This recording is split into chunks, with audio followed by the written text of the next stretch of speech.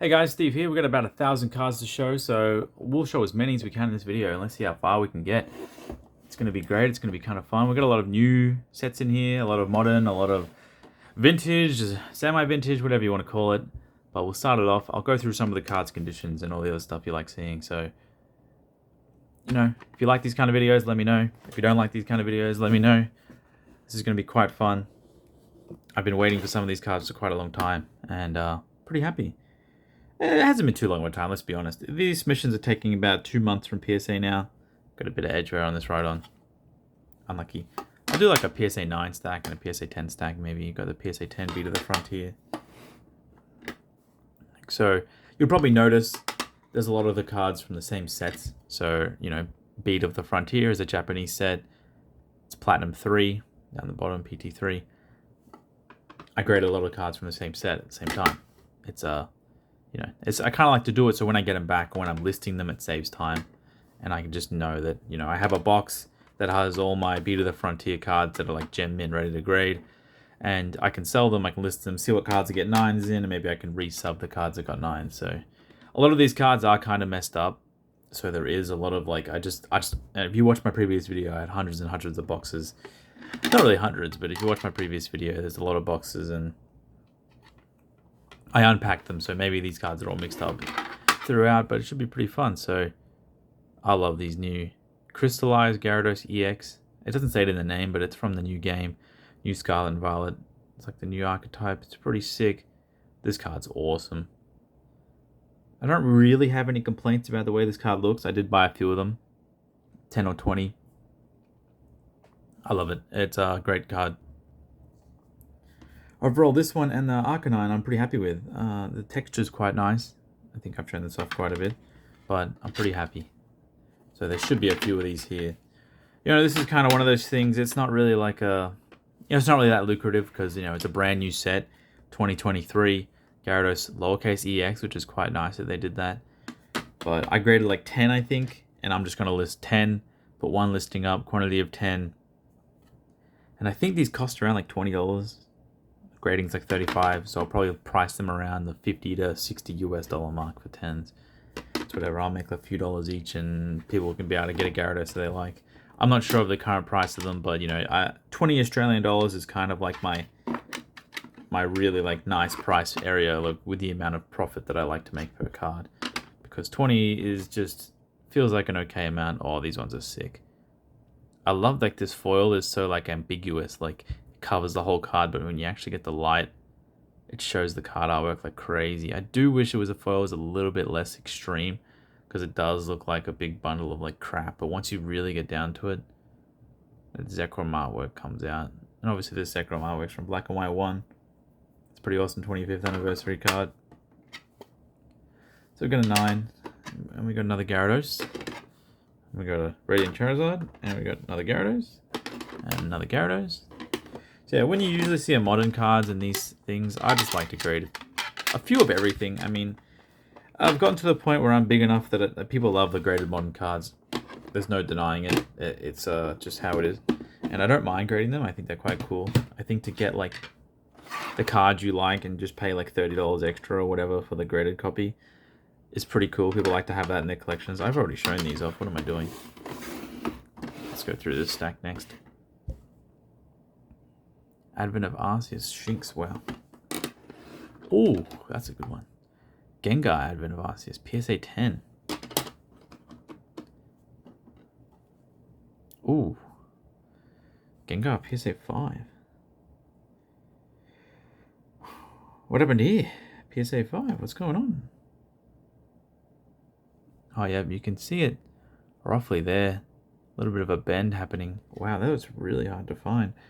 On the back, you can see it better than ever. So when I put the light on the card, this little tip to find bends. You see how my light doesn't go past this thing because like the surface is bent, so the light doesn't go past the bend. But if I did it in this corner, the light would shine past the corner quite easily. But if I did it in this corner, the light doesn't go through the bend. That's basically how you find them.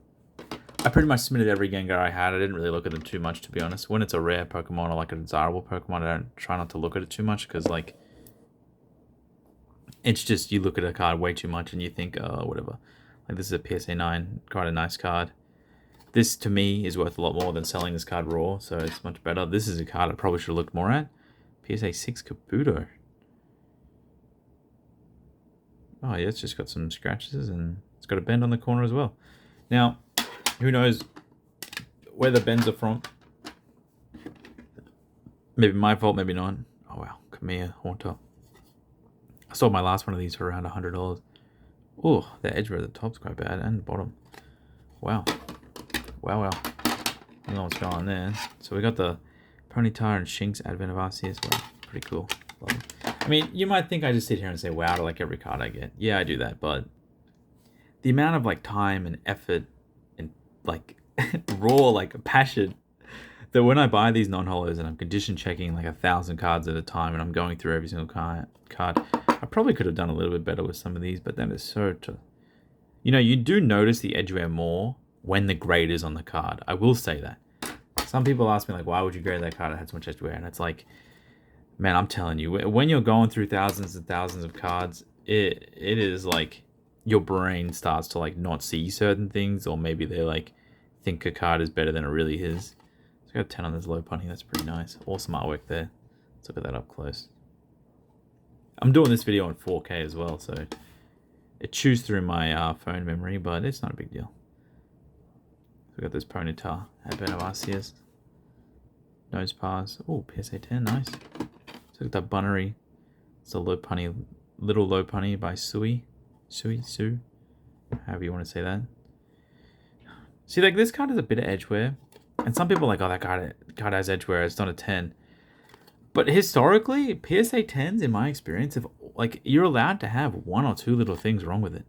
You know, I'm not justifying the 10 because it's mine, but in my experience, you've just been able to have like just a little bit of things wrong with it. That's why when I get these like crazy submissions where I get a card back. So this is the Arcanine EX next to the Gyarados. Sorry, I'll continue that later. But I don't like this because they don't put the uppercase EX up there. So for some reason they have the lowercase and then uppercase for Arcanine. Card looks sweet.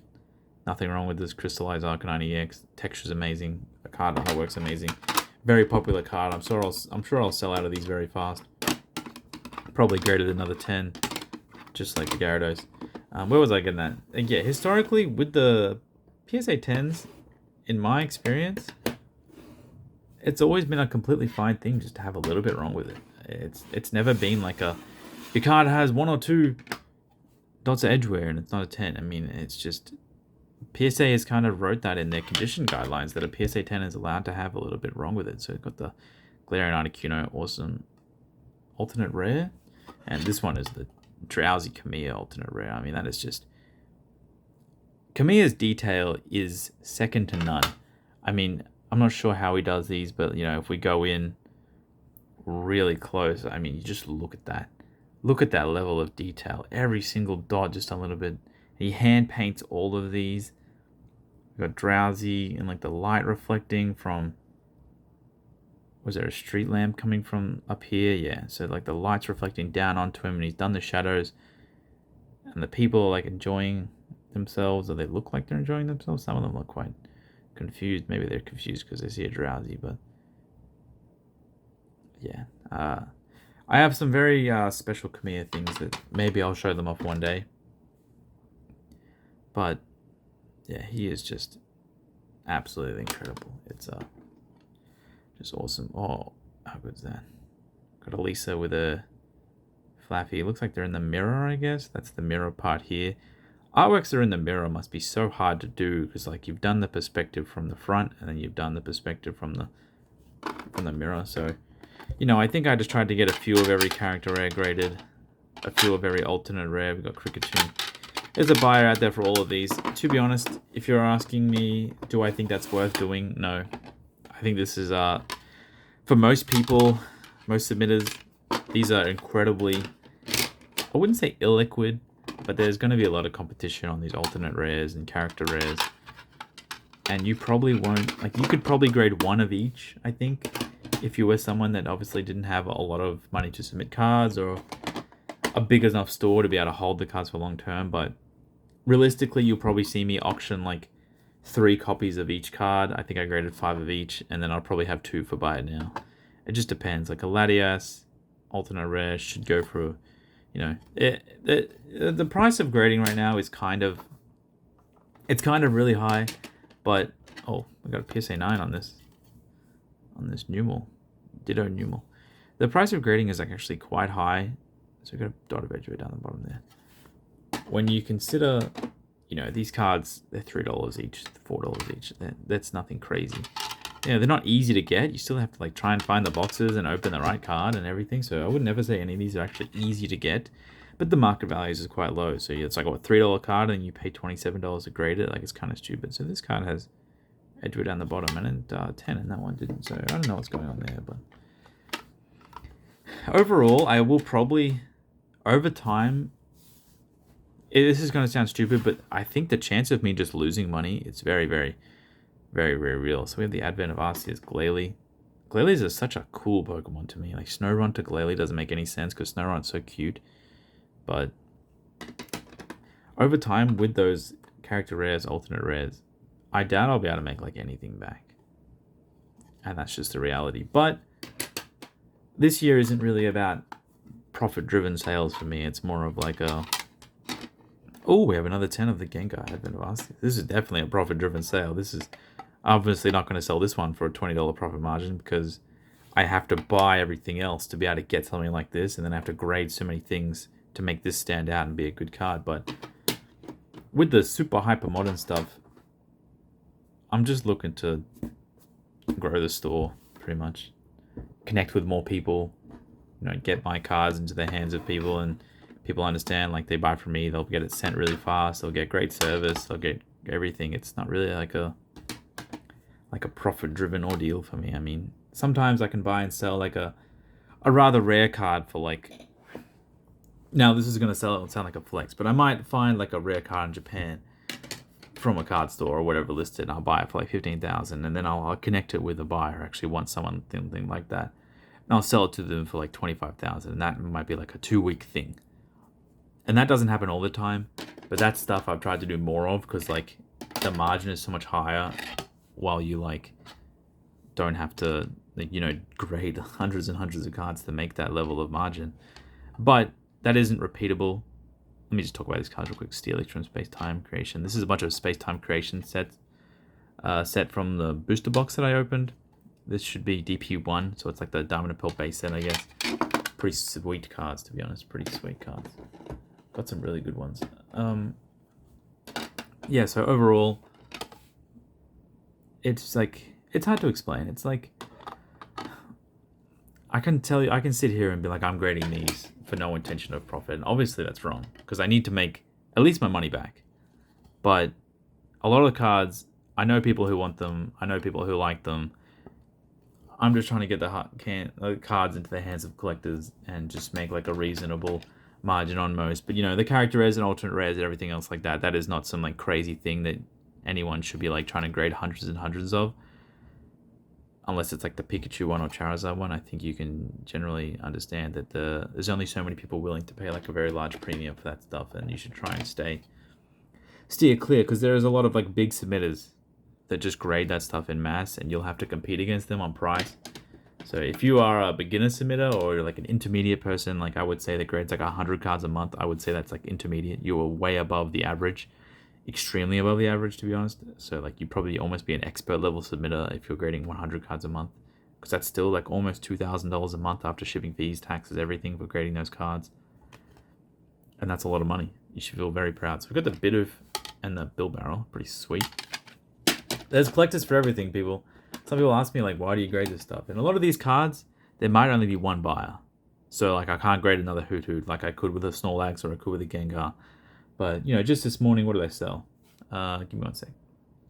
Just this morning, I sold a PSA 10 Pelipper, whatever that thing. I think that, remember that card I was trying to talk about in the video and I couldn't say the name. Pelipper. I sold that, $88 Australian, PSA 10. Turtwig GL, I sold that $100 PSA 10. And there was one more that was just like another random Pokemon species that was like $88. And the margin is not very high. On $88 sale, pretty much, if you want to know exact amount of profit, PSA 9 is 0. If I sell a card on eBay for $88, take away $10 for shipping because I have free shipping. Take away around $10 for fees because it's like a 12% fee. I'm at around, let me just do the quick math, like $70, give or take. $27 for the grading. That's roughly what it costs me for each card, Australian.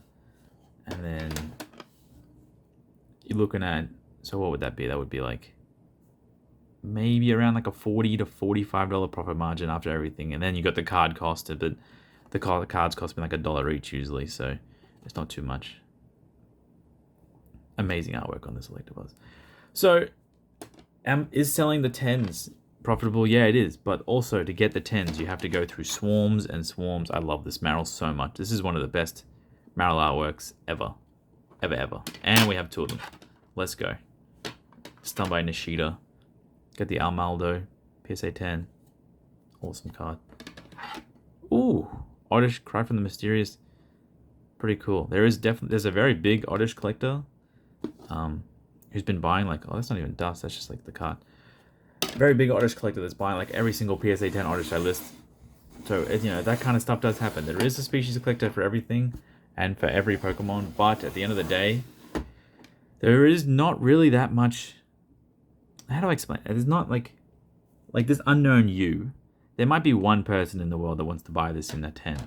In a 9, there's not that much premium in a 9. We're kind of going back to the olden days where like the 10s have the premiums and the 9s don't. And that's pretty fair. I mean, you got the highest grade. People only want the highest grade. They want the 10. They want the gem mint. But the unknown R. And not all cards are extremely profitable. And that's fine. I think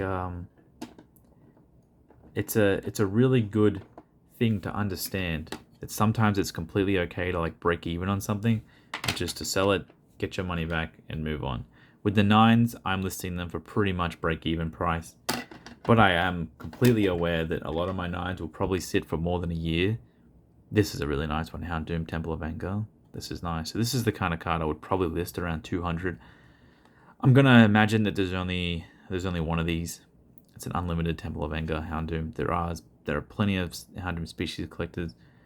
Wow, this card's absolutely damaged. I don't know what's going on. It's kind of sad when you have that much damage and it's a PSA 10. It's rough. It really is rough to, like, I have to just sell it as is, but it's wild where that can get away with being a 10 and like you're like, oh, is that a 10 worthy card? It seems like it because it got graded and you get another 9 that's like perfect and it's just weird. But where I was going with this is some cards do have a very high margin and some of them basically don't. I mean, sometimes you just buy a card and you sell it. We've got another Oddish. So we've got the PSA 9 came up. I probably should have went through this. Let's see what's wrong with this. For me, right now, because of like the crazy run that we had in 2020, 21, 22, I'm quite fortunate. I'm quite lucky. I can sell a lot of cards at, you know, just break even, and it's fine. I can lose money on a lot of cards, and it's fine. You know, I'm completely understood the fact that I am going to lose money on cards when I'm submitting them, just like this unknown R. There is not that many people out there who want this. And to grade this at $27 is probably not worth it. But who's going to know if it's worth it unless I try it, right? I surely have to try it. Look at this Azelf Temple of Anger. Awesome card. Great Ken Sugimori artwork. Stock background. Pretty normal. This is a much worse Ken Sugimori card. This is really bad. It's kind of funny, to be honest. This artwork, just like on a random road, they just like pixelated down. And they just put Hitmonchan on there. That's funny. But, let's doom and gloom. Oh, I actually said doom and gloom's here. That's actually kind of funny. You know, I think it's all about collecting at the end of the day. And there is a lot of cards from these sets that I really enjoy. Maybe 1 to 5 cards on each submission. I kind of like set back for myself that I like to enjoy. Some of the non-holders that are really nice. And that's basically the end of the day. That's the goal. I'm trying to, you know, if I grade out 100 of these cards and I get 70 10s and 39s, it's going to be a lot of math, so get ready for this. I have 70 10s and 39s, so 7 and 10. Get ready for those. Then 39s, I try to just sell for break even as fast as possible. So I just list them really low, maybe lose a little bit per card. The 10s, the ones I do want to sell, I list them for like a margin that I can sell like half of the 10s, it'll pay for the rest. We got a 7 on this Chingling. This is just like a $10 buy it now card that someone might buy.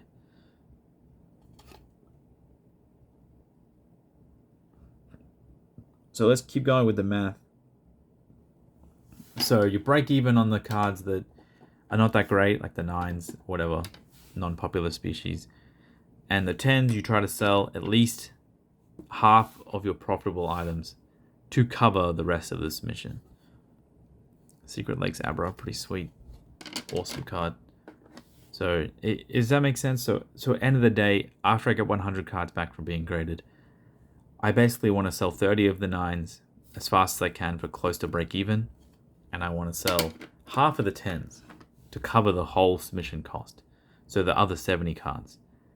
And then I'm basically left with 35 cards, PSA 10, awesome species cards from, 10, 15, 20-year-old sets that I can sit back, list on the store, and just have as inventory over time.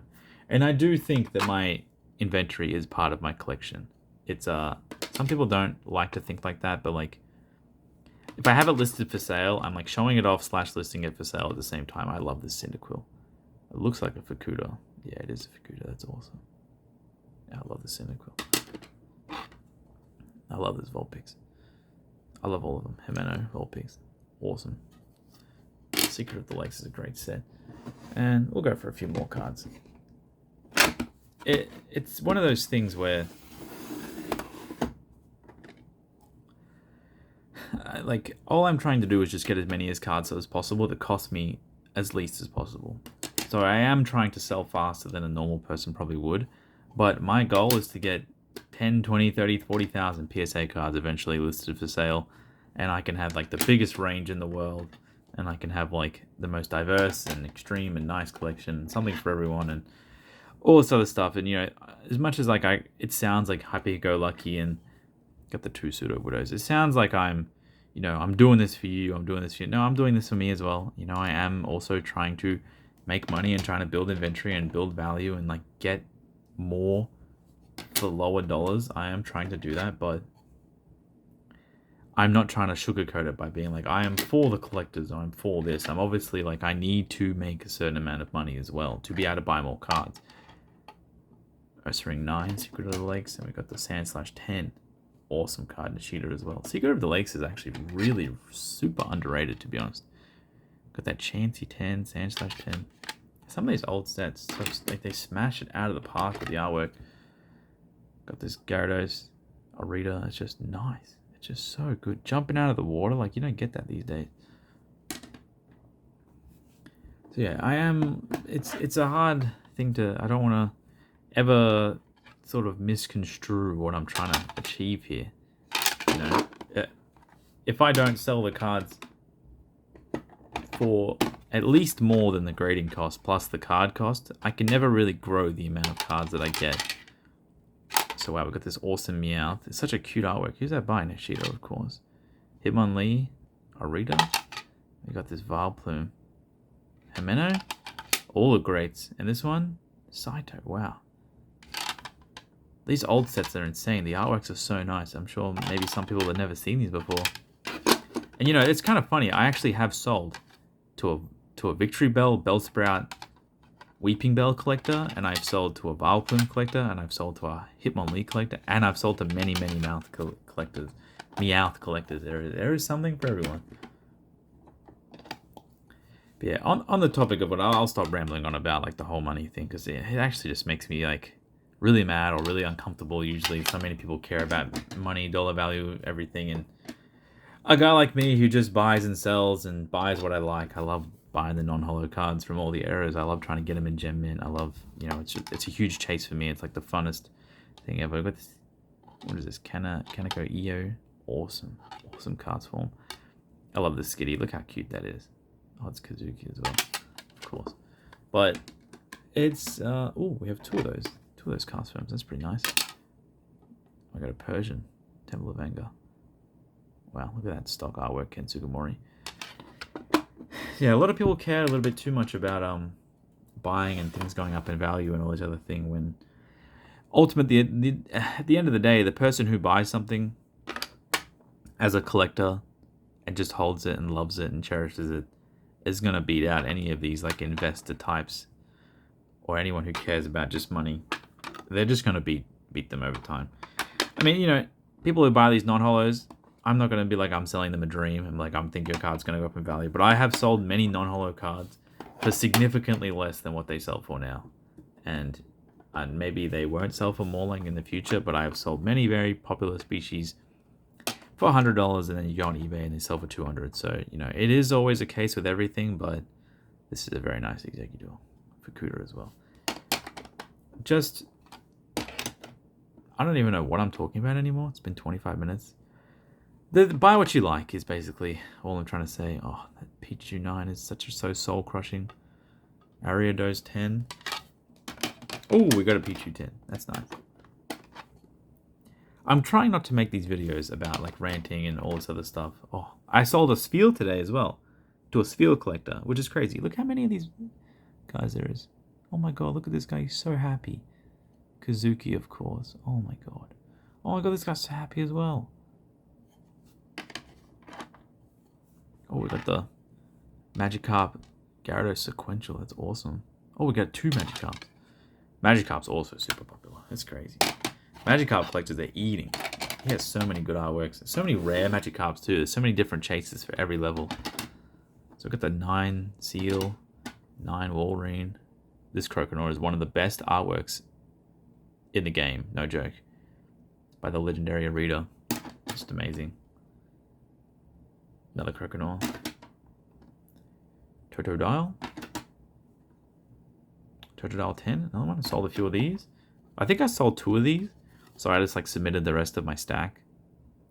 Got 3 10s. Pretty happy with that. Well, the grader of this Secret of the Lake submission was very, I don't want to say lenient, but they didn't seem to care too much about it. Pretty obvious edge wear. And I don't even, was that there when I submitted the cards? Maybe you can't see that very easily, but maybe that shouldn't be a 10. Who knows these days? Secret of the Lake's Pikachu, Pichu, and Vulpix. So we'll end it there. Thanks, folks. We got through a few hundred cards here, it looks like. You know, I'll get a recording of the next of the 10 million cards that are here. And we'll document it all, and we'll have a look at all of them. And it'll be... I'm very happy to be able to share this with like anyone. So if you are still watching the videos, put Machamp in the comments. Let me know if people actually watch all the way to the end. And have a great day. Hope you have a great Easter. This is being filmed on Easter weekend, Easter Saturday. So hope you have some fun time with your family and hopefully get some nice Easter eggs. And don't have too much sugar though, but it's not very good for you. But I like to eat some sugar every once in a while too. So don't listen to what I'm saying. So I hope you have a great day and thanks for watching.